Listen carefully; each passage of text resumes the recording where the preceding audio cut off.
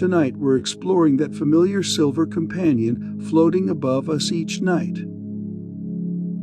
That gentle lunar glow represents one of the universe's most unlikely cosmic partnerships. Our moon breaks every rule about how planets and their companions should behave. It's impossibly large, perfectly positioned. Its timing is so precise. It has orchestrated Earth's biological rhythm for billions of years. What if this isn't actually a planet and moon system at all? What if we're living in a double-planet arrangement disguised as something ordinary? The deeper astronomers probe into lunar science, the more our celestial partner reveals itself as the universe's most successful bodyguard. Picture Earth without its oversized companion. No stable seasons, no reliable tides, no protection from cosmic debris. Our world would be unrecognizable. So settle in. Before we begin, leave a quick note in the comments, where you're listening from, or one thought you're carrying tonight. I read them, and they genuinely help shape future journeys. If you'd like more nights like this, subscribe, only if you enjoy these late-night journeys. Now let's begin. Stop and really look at the moon tonight. What you're seeing should be impossible.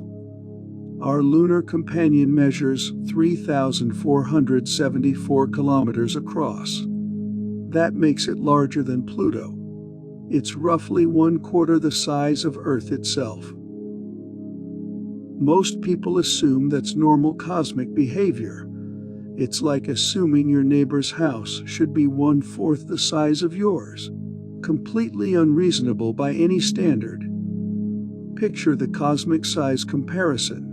Jupiter's moon Ganymede wins the solar system size contest. But next to Jupiter's enormous bulk, Ganymede looks like a golf ball beside a hot air balloon. Saturn's famous Titan tells the same story. Every other moon in our neighborhood follows proper cosmic proportions. Tiny satellites politely orbiting massive planets. Then there's our moon. Earth showed up to the planetary dance with a partner nearly the same size. Most moons measure less than 1% of their parent planet's diameter. They know their place in the cosmic hierarchy. Our oversized companion stretches to 27% of Earth's size. That's not a moon. That's a planetary partner with serious gravitational authority. Right now, the moon is racing through space at 3,683 kilometers an hour. That's fast enough to cross the United States in 45 minutes. Yet somehow it never gets any closer or farther from Earth. This cosmic companion has mastered the art of perfect orbital distance. It maintains exactly 384,400 kilometers away. Close enough to light up our entire sky like the world's most reliable nightlight. Far enough to avoid catastrophic tidal forces that would reshape both worlds. The moon completes each orbital lap in exactly 29.5 days. That timing has remained rock steady for over 4 billion years. Picture trying to drive the same road to work for 4 billion years without ever being early or late. The moon pulls this off while traveling through the chaos of space. One tiny wobble spells disaster. Travel too slow. Spiral inward toward a collision course. Speed up slightly. Get ejected from Earth's gravitational influence forever. Instead, our lunar partner operates like the universe's most reliable timekeeper. Here's where things get genuinely remarkable. The moon has synchronized its entire existence to match Earth's rhythm. Tidal forces gradually slowed the moon's rotation. Now it spins exactly once per orbit. The same face always points toward Earth. The far side stays permanently hidden from our view. Numbers don't usually tell emotional stories, but the moon's mass reveals something genuinely touching about our cosmic relationship. Our lunar companion weighs exactly 7.35 times 10 to the 22 kilograms. That's roughly 1/80th of Earth's total mass. Not too heavy, not too light, just perfectly balanced to create the ideal planetary partnership. Most cosmic relationships suffer from dramatic inequality. Jupiter weighs 318 times more than Earth. Saturn outmasses Earth by 95 to 1. These gas giants dominate their moons completely through overwhelming gravitational authority. Their satellites have no choice but to obey. Our moon carries just enough mass to negotiate as an equal partner. It does not submit as a powerless satellite. This mass balance creates something extraordinary in our solar system. Earth and Moon don't orbit around Earth's center. Instead, both worlds orbit around a shared gravitational balance point called the barycenter. This balance point sits about 1,700 kilometers below Earth's surface. No other planet in our solar system shares its orbital motion with a satellite this way.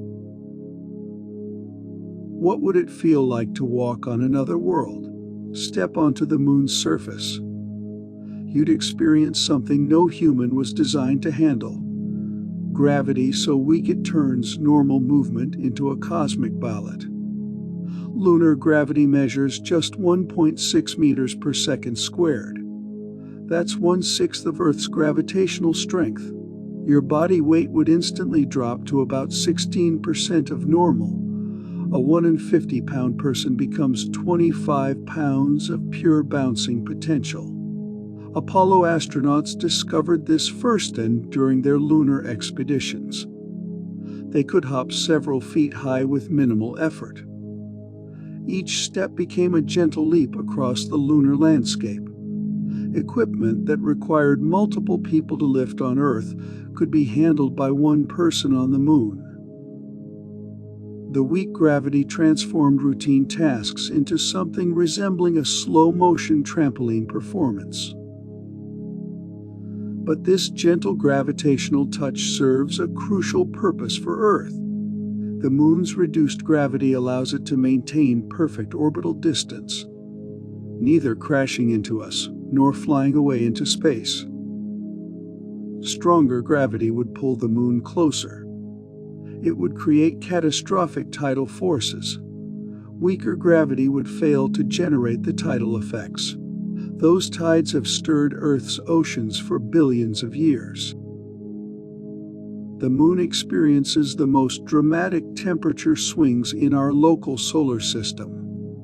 Without any atmosphere to moderate conditions, lunar surfaces roast at 127 degrees Celsius during the day. That's hot enough to boil water. Then they plunge to minus 173 degrees Celsius at night, cold enough to freeze nitrogen solid. This 300-degree temperature roller coaster happens every single lunar day. Each lunar day lasts about 29.5 Earth days. That means 2 weeks of continuous baking sunlight. Then it means 2 weeks of space-cold darkness. No atmospheric buffer exists to smooth out these extremes. No clouds to provide shade. No greenhouse effect to trap heat overnight. The moon's surface responds directly to solar radiation. It behaves like a massive, airless frying pan. These temperature extremes create a surface environment that would instantly kill any Earth-based life form. During lunar noon, the ground becomes hot enough to melt lead. At night, the same surfaces become colder than anything naturally occurring on Earth's surface. Why does the moon lack atmospheric protection? Blame that gentle 1.6 meters per second squared gravity we discussed earlier. Any gas molecules that might have formed a lunar atmosphere simply floated away into space over billions of years. The moon's gravitational grip is too weak to hold onto an atmospheric blanket. Imagine the most catastrophic car crash in cosmic history. About 4.5 billion years ago, a rogue planet roughly the size of Mars came screaming through our early solar system. This wandering world was barreling toward a collision course with primordial Earth. Scientists call this projectile Theia. It was moving at an absolutely ridiculous speed, 10 kilometers per second. That's fast enough to circle our planet's equator in under an hour. Theia wasn't some tiny asteroid or modest space rock. This was a full-size planetary neighbor weighing roughly 1/10 of Earth's mass. Picture a cosmic demolition ball the size of Mars hurtling through space. The momentum was enough to reshape entire worlds. When Theia finally struck Earth, the collision happened at a perfectly oblique angle. Not head-on, but not a glancing blow either. Just the right trajectory to create maximum chaos while avoiding complete planetary destruction. The impact site probably covered thousands of kilometers of Earth's surface. Everything within the impact zone simply vaporized instantly. Most planetary collisions this massive result in complete annihilation. Both worlds get blown apart into asteroid debris. Game over for everyone involved. The moment Theia struck Earth, our planet's surface temperature instantly jumped to 2,000 degrees Celsius. That's hot enough to melt solid rock like butter. The entire surface of Earth became a roiling ocean of liquid magma stretching from pole to pole. No solid ground existed anywhere. No continents, no ocean basins. Just a molten planetary sphere radiating heat into space like a cosmic furnace. The collision released more energy than Earth's entire geological history combined. All that kinetic energy from Theia's high-speed impact had to go somewhere. Most of it converted directly into heat, liquefying both worlds instantly. The impact energy was so intense it actually vaporized massive chunks of both planets. Material got launched thousands of kilometers above Earth's surface in expanding clouds of superheated rock vapor. But here's where this cosmic catastrophe becomes genuinely remarkable. The impact angle was shallow enough to avoid complete planetary destruction, yet steep enough to blast enormous amounts of material into Earth orbit. Imagine Earth getting sideswiped by another planet in slow motion. Huge amounts of molten rock got scooped up and hurled into space, like cosmic soup being stirred with a planetary-sized spoon. After the Theia collision scattered molten debris throughout Earth's orbital neighborhood, something extraordinary happened. That disk of hot rocky material surrounding our planet didn't drift aimlessly for millions of years. Instead, gravitational forces began assembling it into our moon.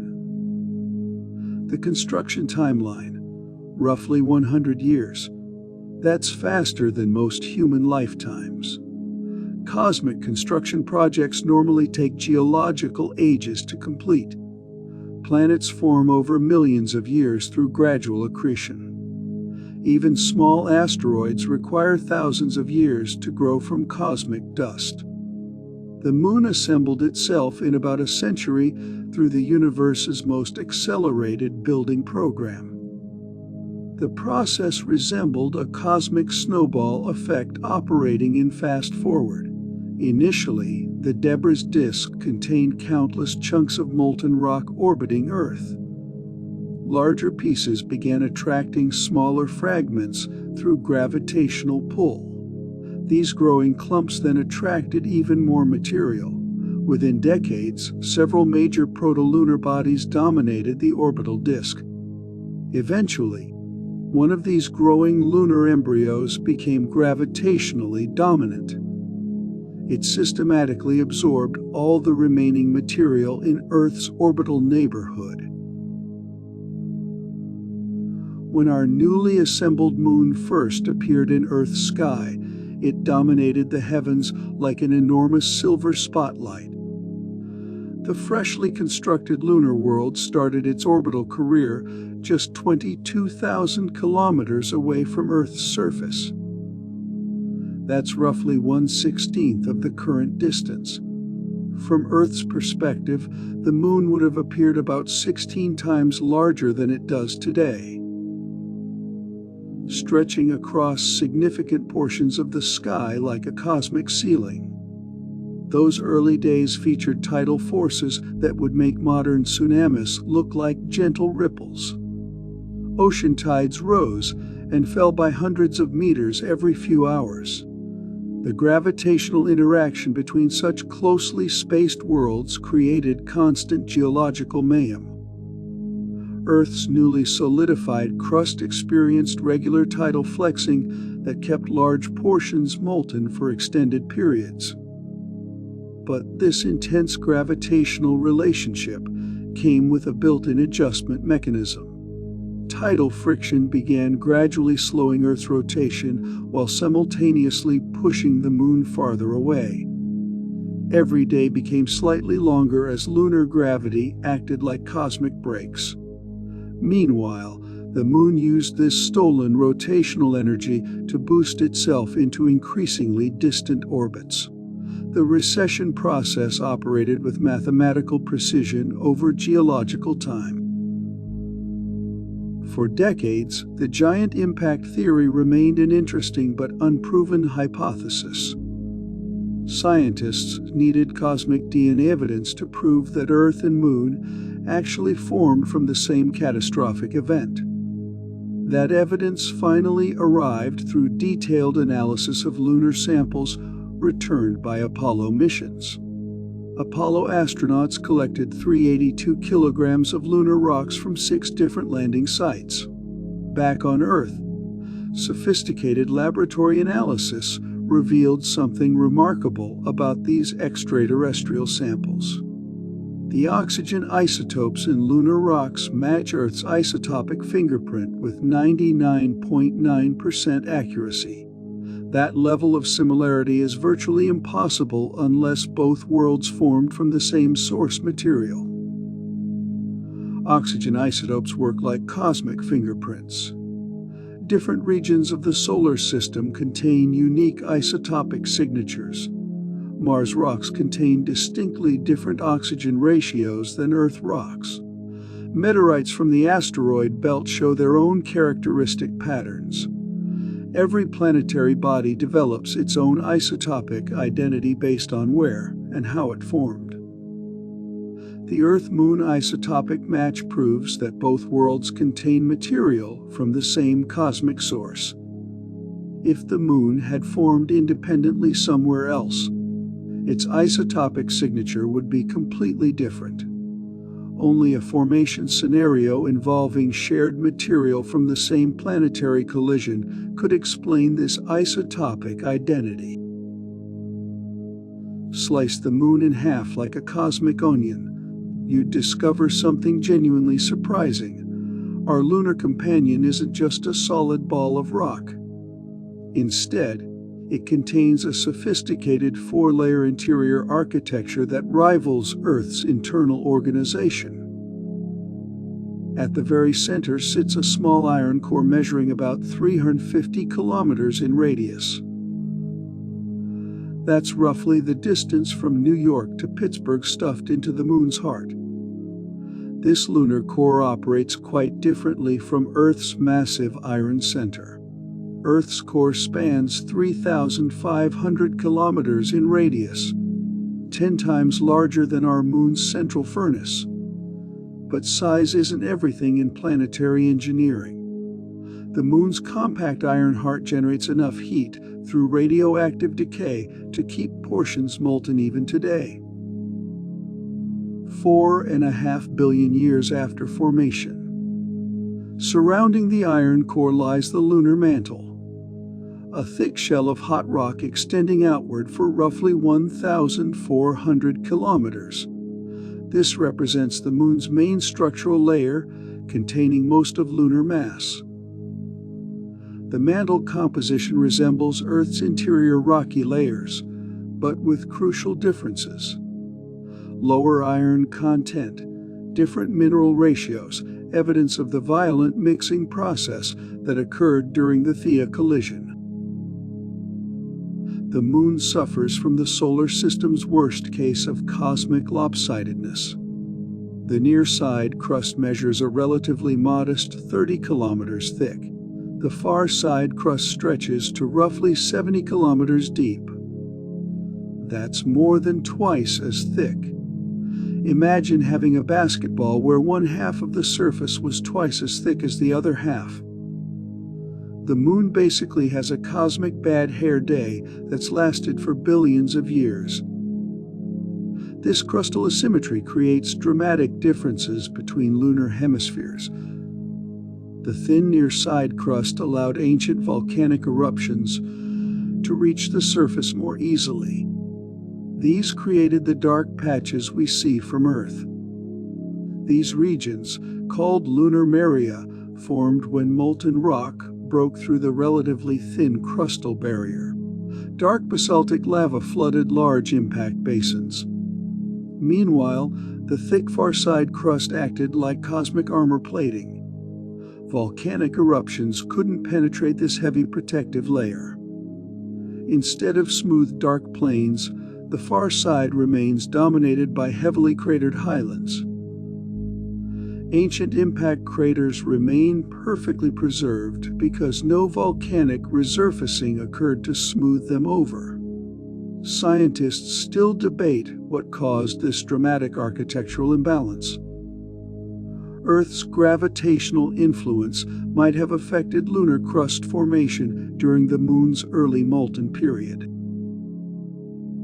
4.5 billion years ago, the newly formed Moon resembled a glowing ball of molten rock floating in space.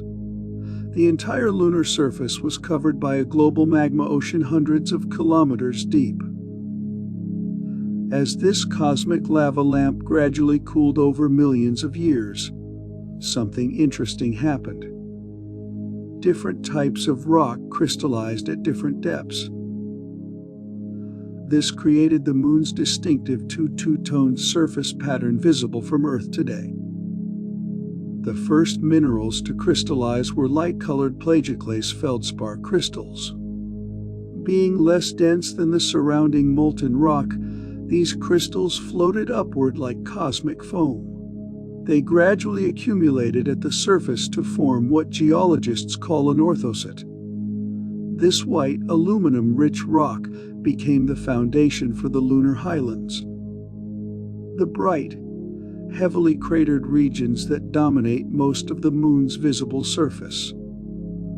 Meanwhile, denser minerals containing iron and magnesium sank deeper into the cooling magma ocean. These materials would eventually become the source of darker volcanic rocks. They erupted billions of years later. The magma ocean cooling process essentially sorted lunar materials by density. Different layers of different rock types throughout the Moon's interior. About 1 billion years after the initial cooling, massive asteroid impacts changed everything. Hidden on the Moon's far side lies evidence of the most catastrophic impact event in recorded solar system history.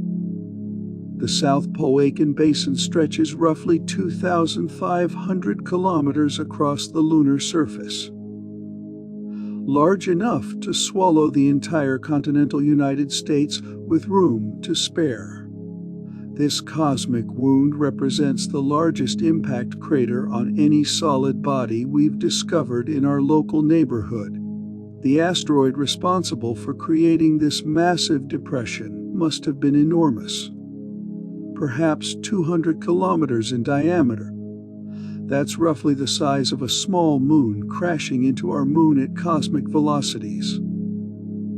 The impact occurred early in lunar history, probably around 4.2 billion years ago.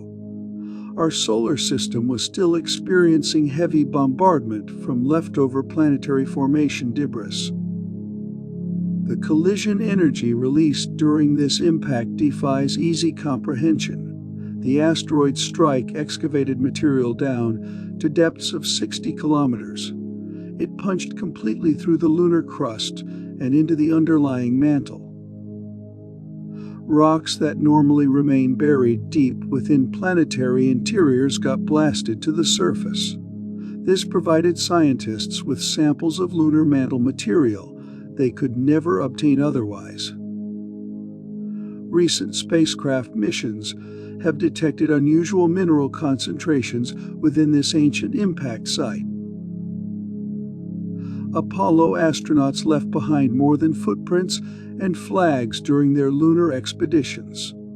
They installed sensitive seismic monitoring equipment that recorded lunar earthquakes for years after the missions ended. What these instruments detected surprised planetary scientists completely. The Moon isn't the geologically dead world everyone assumed. It's still experiencing measurable internal activity that registers up to magnitude 5.5 on seismic scales. Lunar earthquakes operate quite differently from their terrestrial counterparts.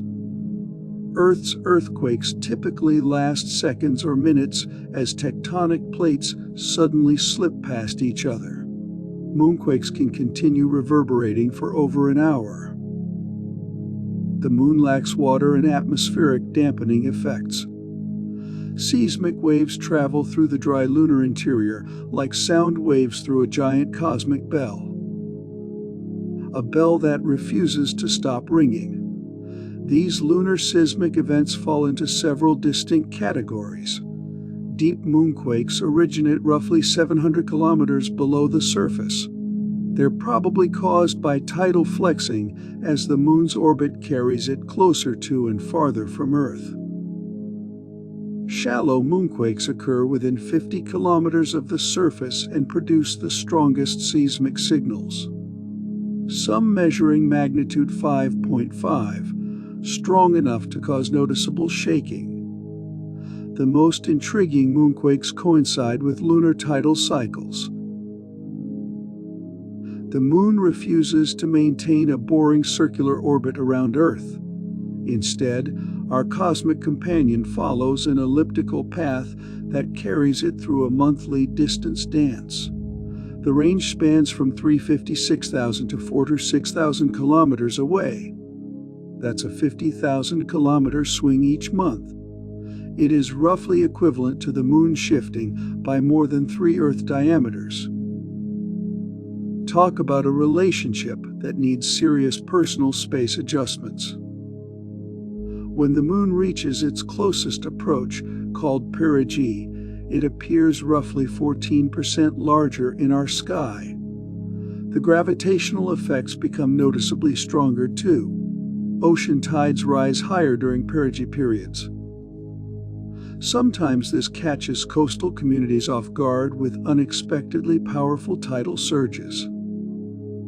At the farthest point, called apogee, the Moon retreats to its maximum distance and appears smaller in Earth's sky. Tidal effects weaken correspondingly. The same beach that experienced dramatic tidal ranges during perigee might have surprisingly gentle waves during apogee periods. Our lunar partner essentially operates on a monthly emotional distance cycle. It affects everything from surf conditions to wildlife behavior. This elliptical orbit results from the complex gravitational dance between Earth and Moon.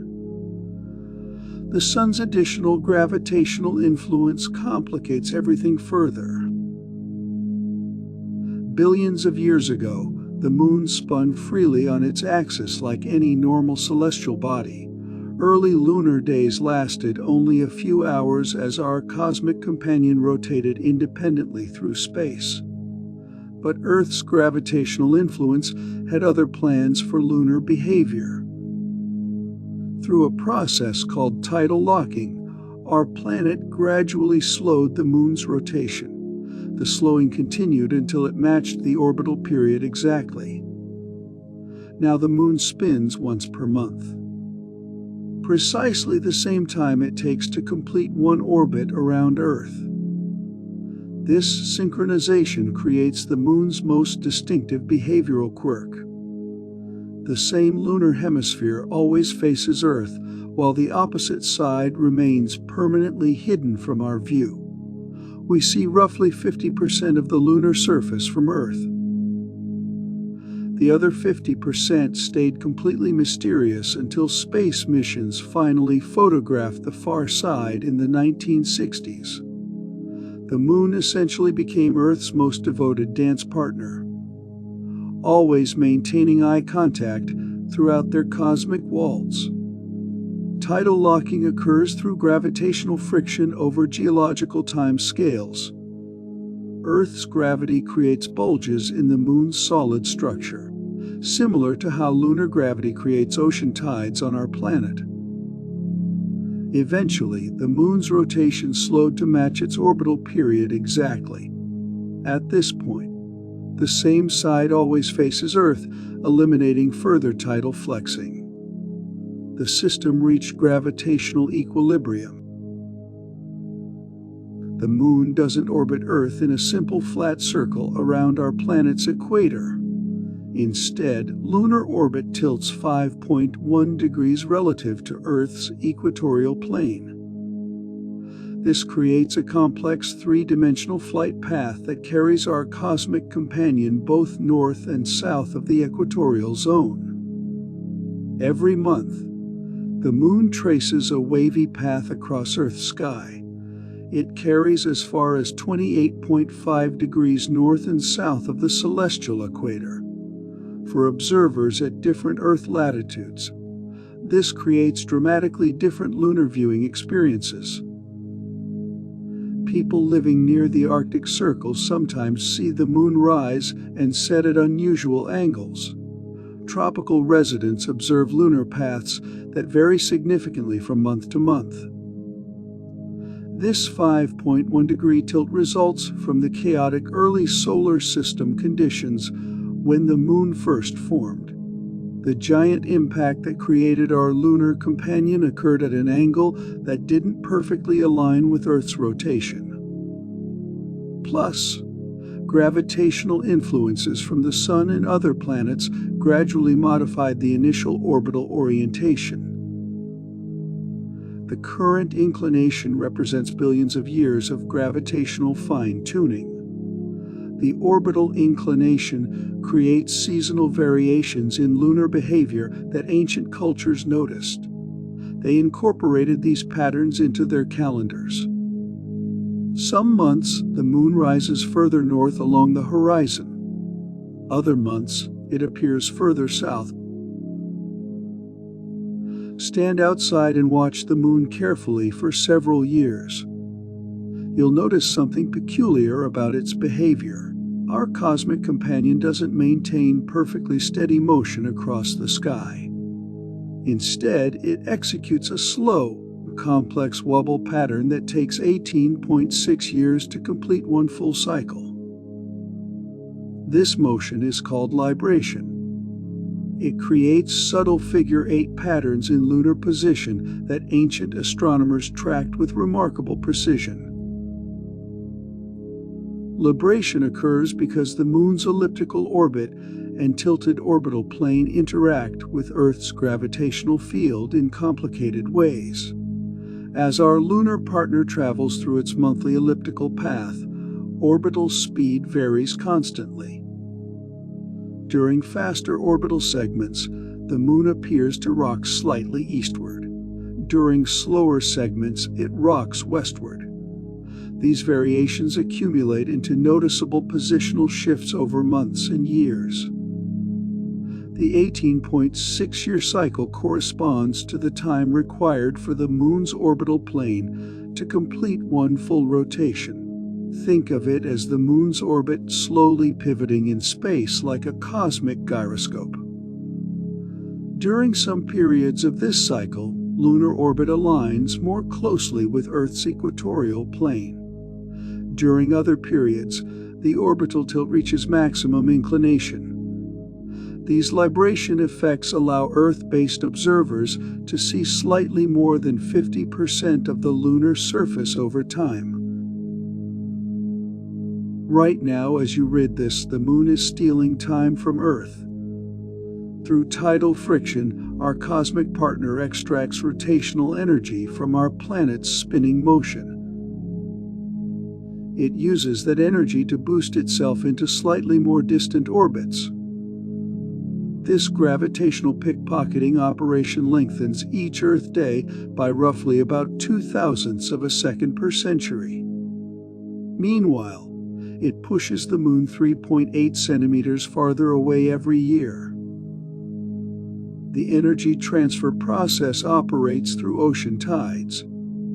Earth's rotation carries tidal bulges slightly ahead of the Moon's position due to friction between moving water and ocean basins.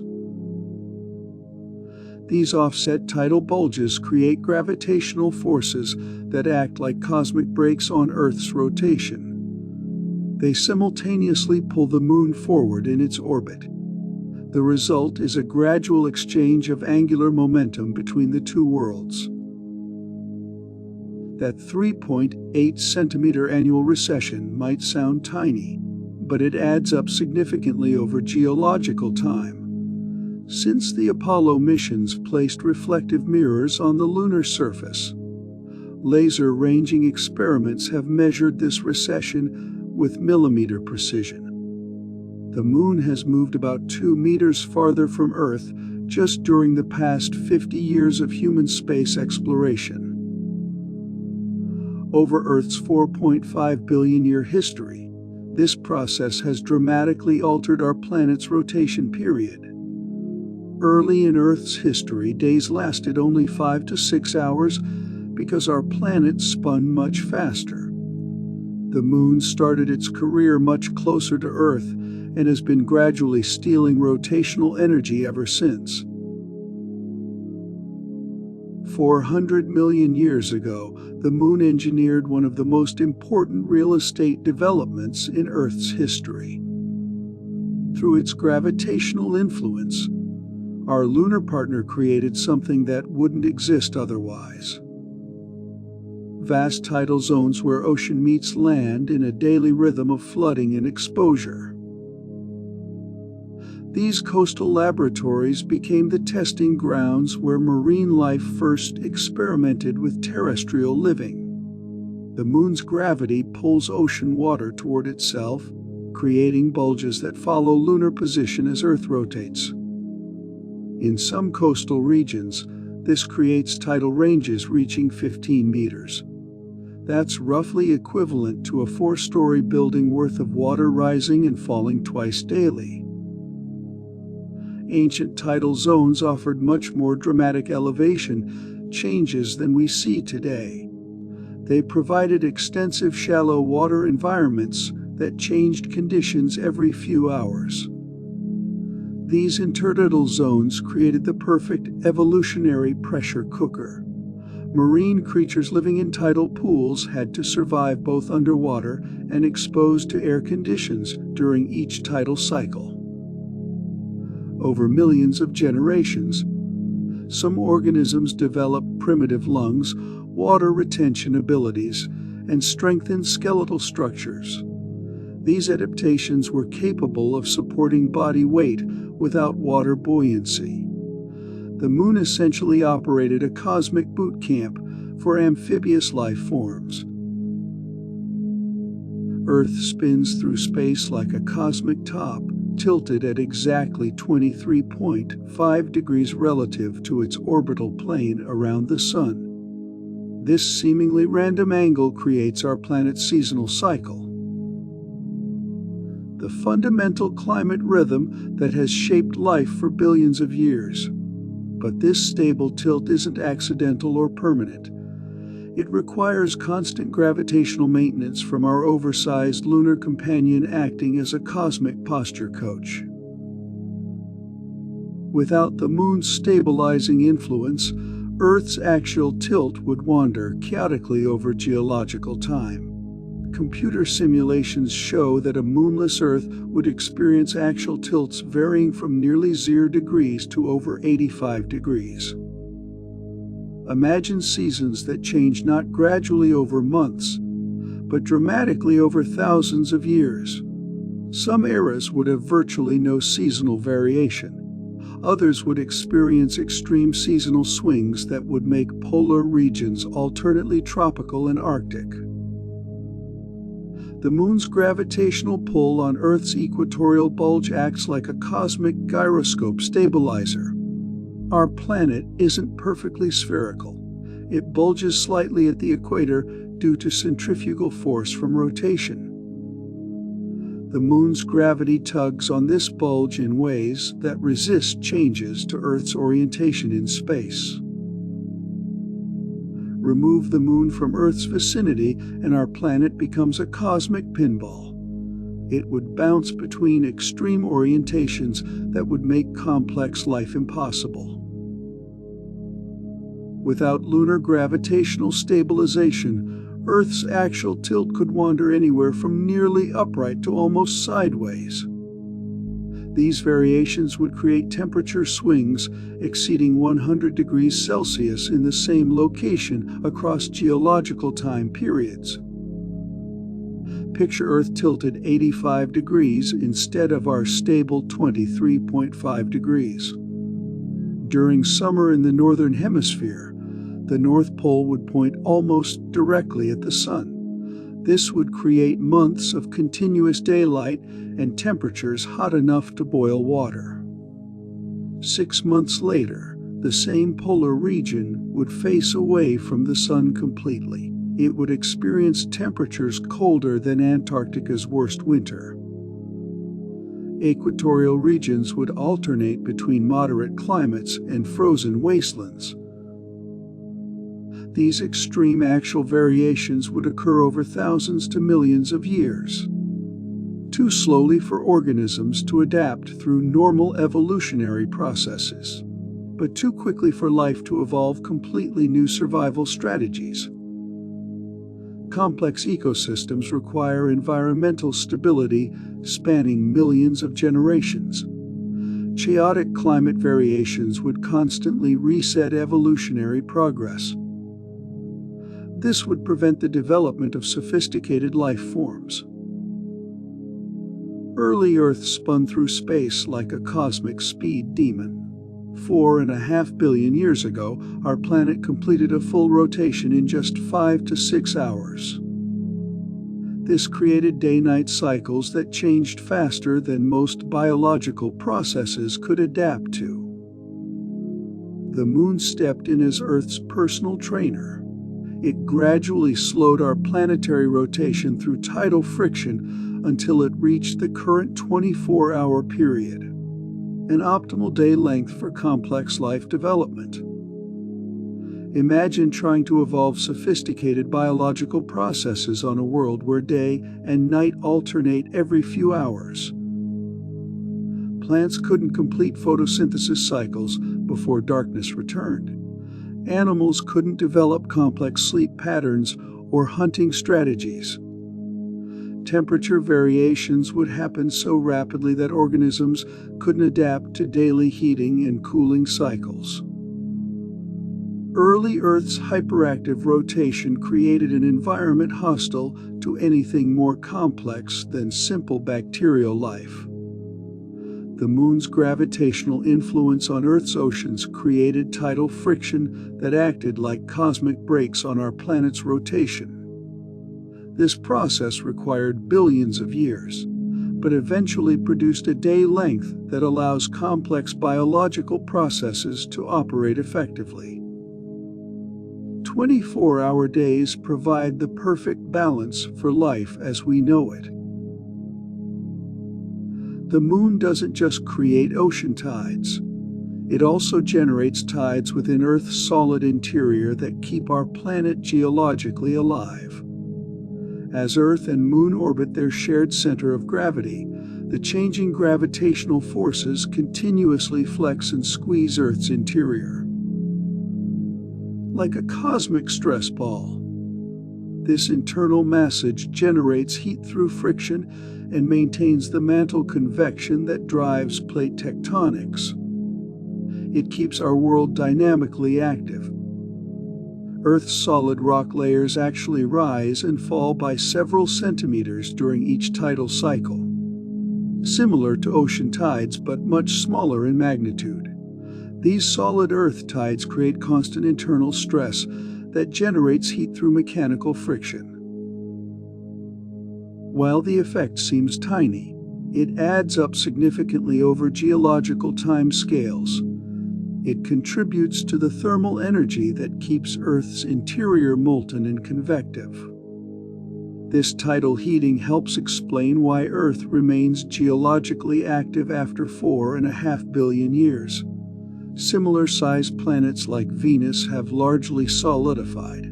Venus lacks a large moon to provide ongoing tidal massage. Mars lost geological activity billions of years ago, possibly because its small moons couldn't generate sufficient tidal heating to maintain interior convection. The moon essentially operates as a cosmic battery that has been slowly charging Earth's geological systems for billions of years. Look through a telescope at the lunar surface. You're staring at the solar system's most comprehensive disaster archive. Every crater tells the story of a cosmic collision that would have been catastrophic beyond imagination. Current estimates suggest the Moon's visible surface contains over 500,000 craters larger than 1 kilometer in diameter. That's 500,000 cosmic bullet holes documenting the chaotic violence that characterized our early solar neighborhood. These craters aren't randomly distributed souvenirs from occasional space rock encounters. They represent systematic evidence of the late heavy bombardment. It was a period roughly 4.1 to 3.8 billion years ago when the inner solar system resembled a cosmic shooting gallery. Massive asteroids and comets peppered every rocky surface with relentless impacts that reshaped entire planetary landscapes. Earth experienced this bombardment too, but our planet's active geology has erased most evidence.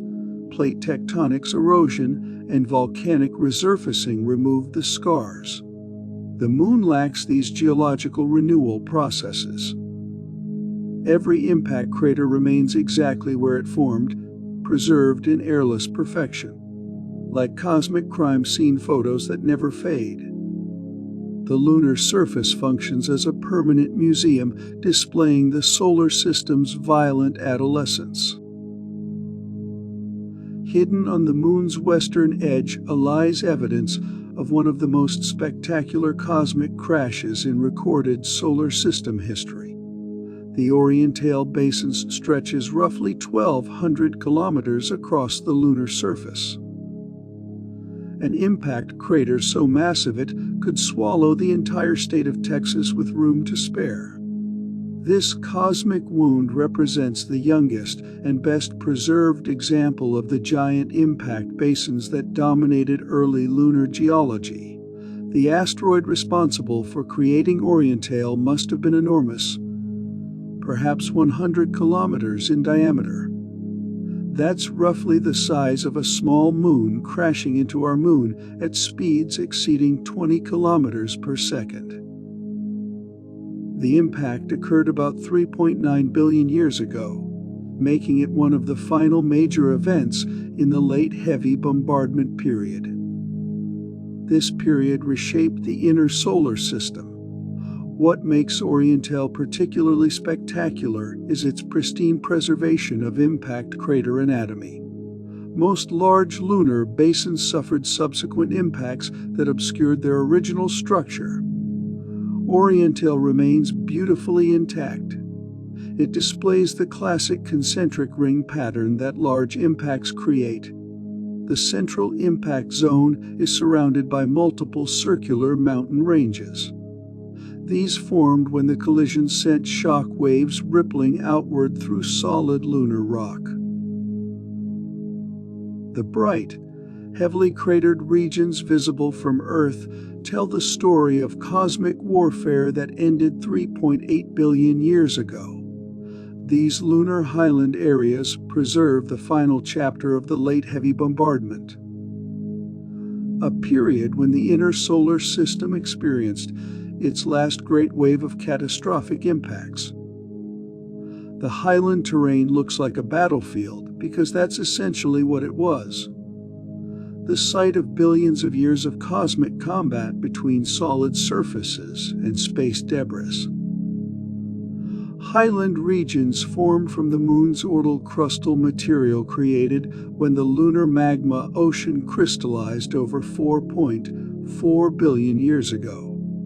This ancient surface then endured nearly a billion years of relentless bombardment. The bombardment created the complex, overlapping crater patterns we observe today. Large impacts created massive basins. Medium impacts formed circular craters.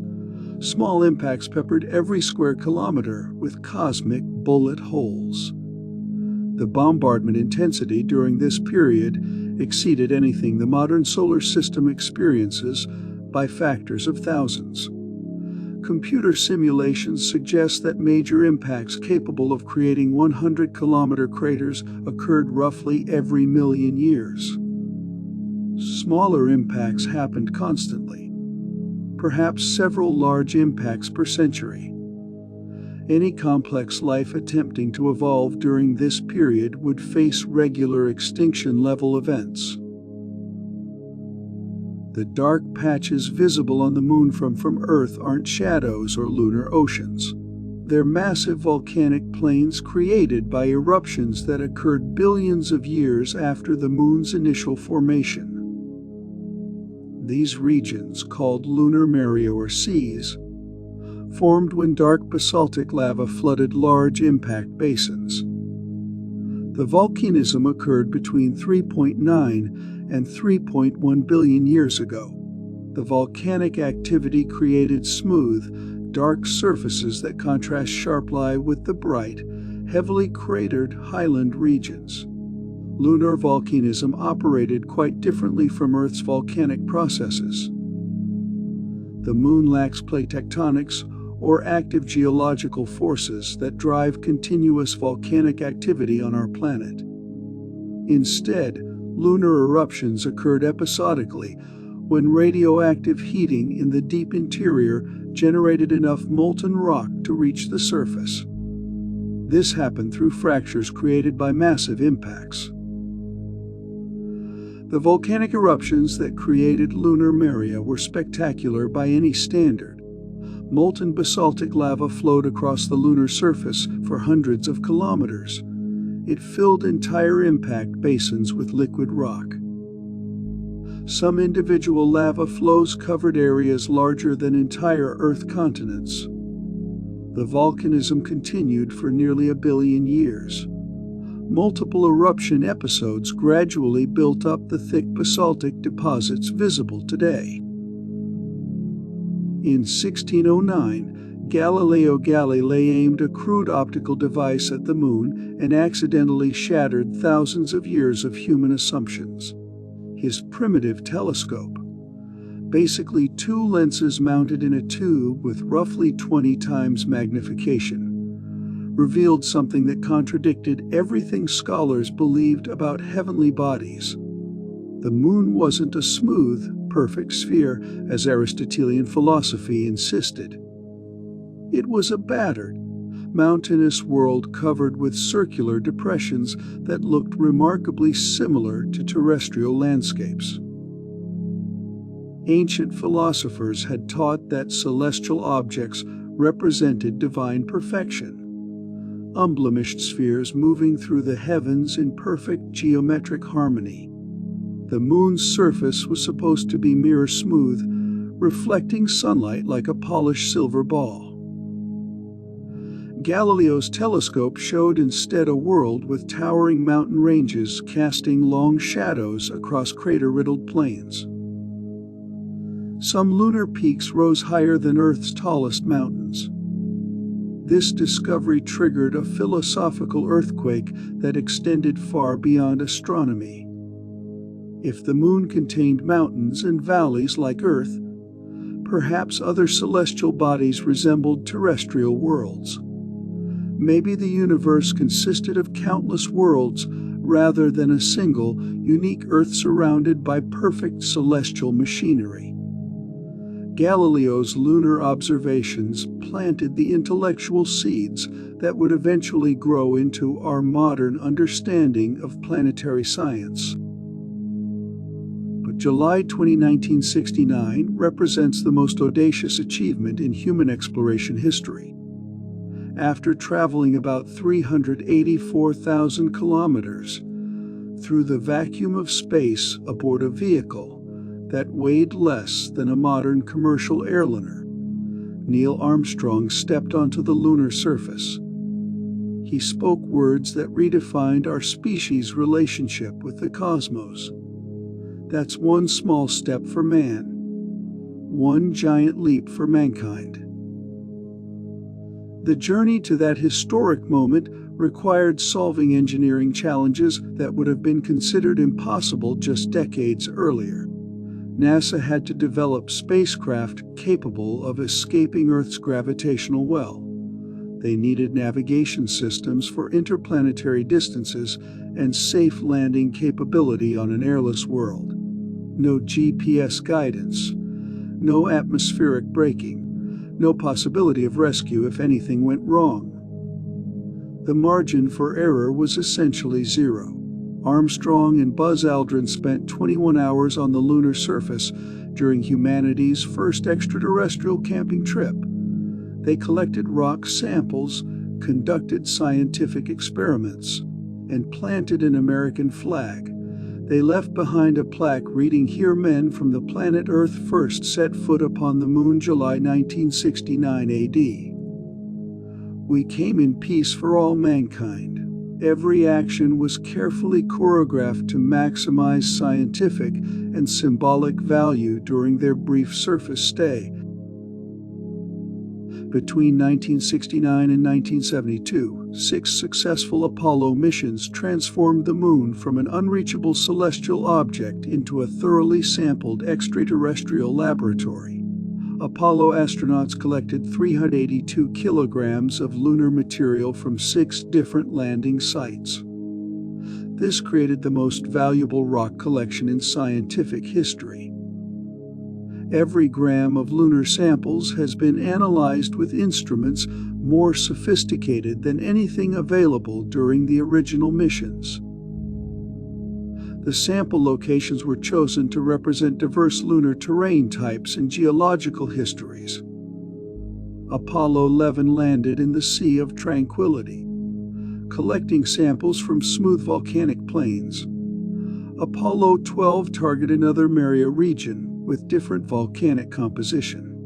Apollo 14 sampled highland material ejected from large impact craters. Apollo 15 explored a mountainous region near Hadley Rill, a sinuous valley carved by ancient lava flows.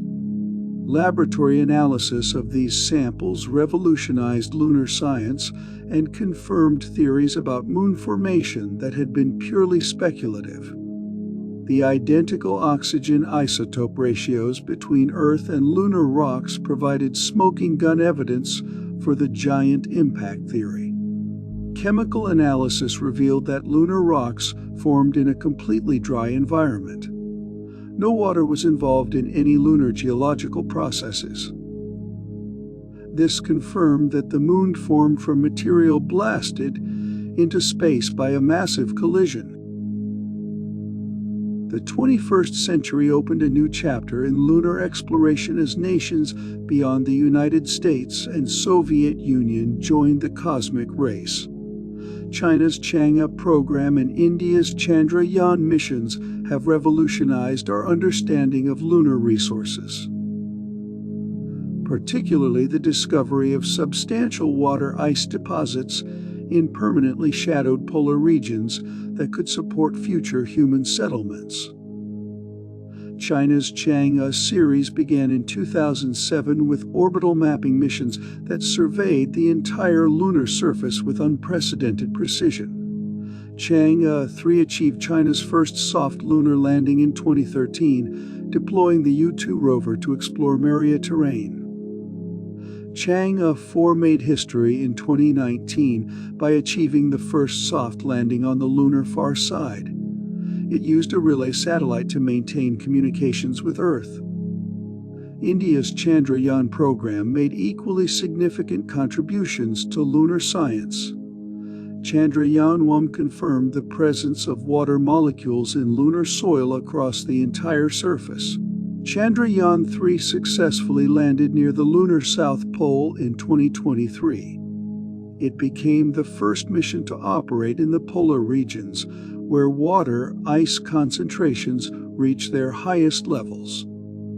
These missions revealed that lunar polar regions contain billions of tons of water ice frozen in permanently shadowed craters.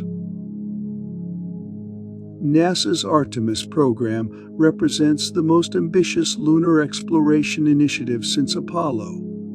Its goals extend far beyond brief surface visits to permanent human settlement of our cosmic companion. Planned to begin crewed lunar missions in 2025, Artemis aims to establish sustainable lunar bases. These will serve as humanity's first extraterrestrial cities and launching points for missions to Mars and beyond. Unlike Apollo's short-duration flag and footprint missions, Artemis plans extended lunar surface operations lasting weeks or months.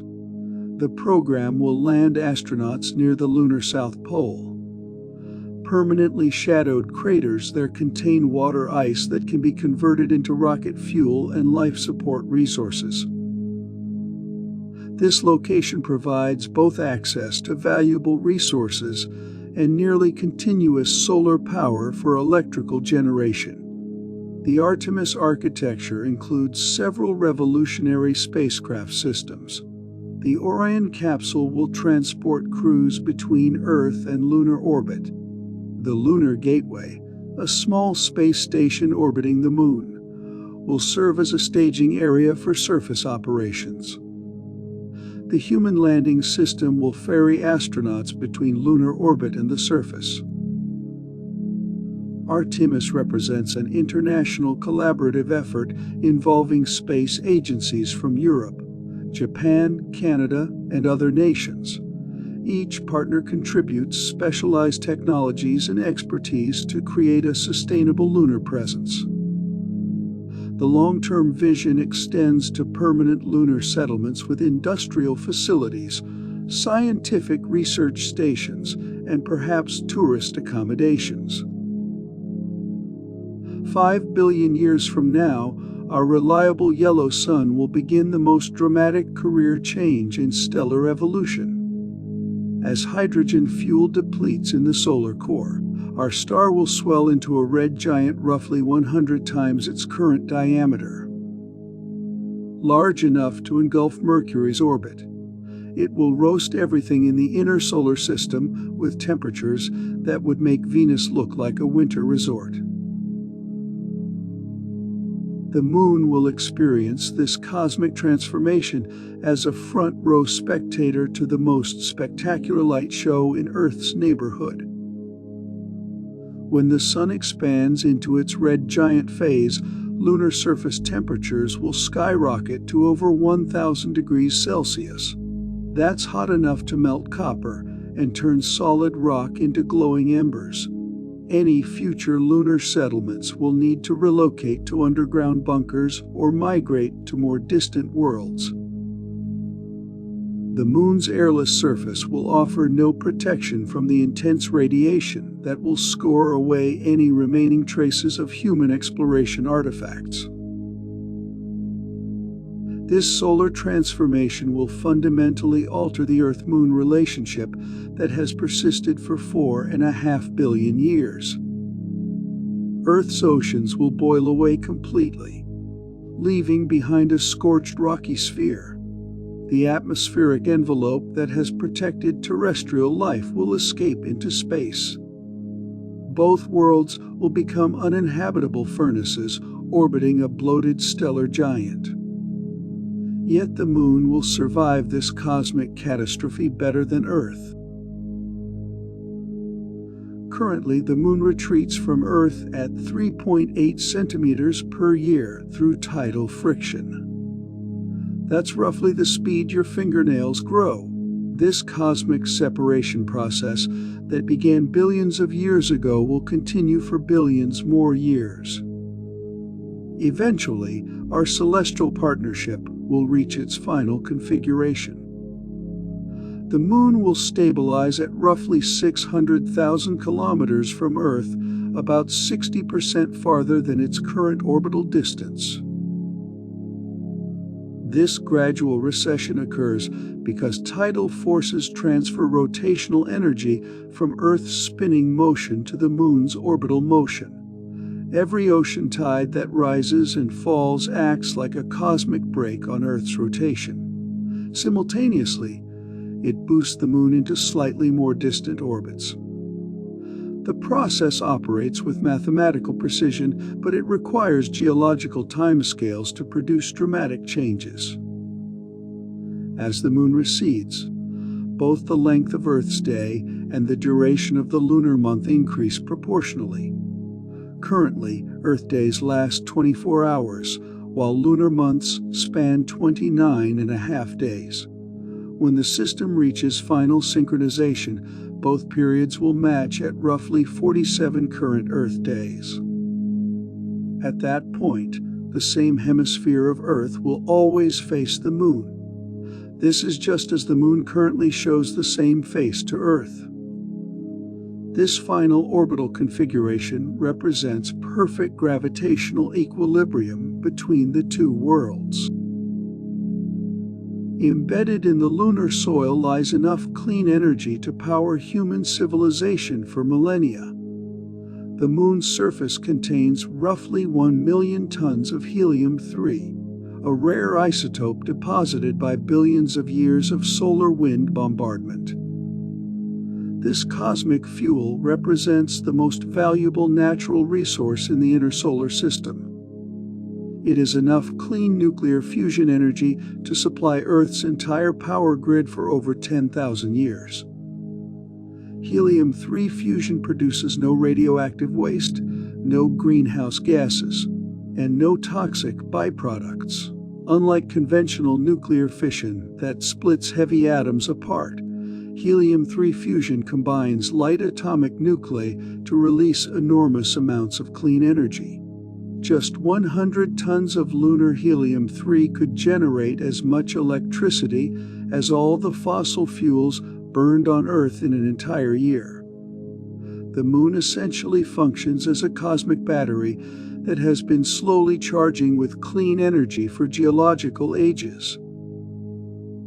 The helium-3 deposits concentrate in areas where solar wind particles have been accumulating for billions of years. Lunar soil samples returned by Apollo missions contain measurable helium-3 concentrations. This confirms that this fusion fuel exists throughout the lunar surface. The highest concentrations occur in areas with finest grained soil where solar wind particles penetrated deepest into lunar regolith. Future lunar settlements will serve as humanity's first permanent foothold beyond Earth. But their ultimate significance lies in what they make possible throughout the solar system.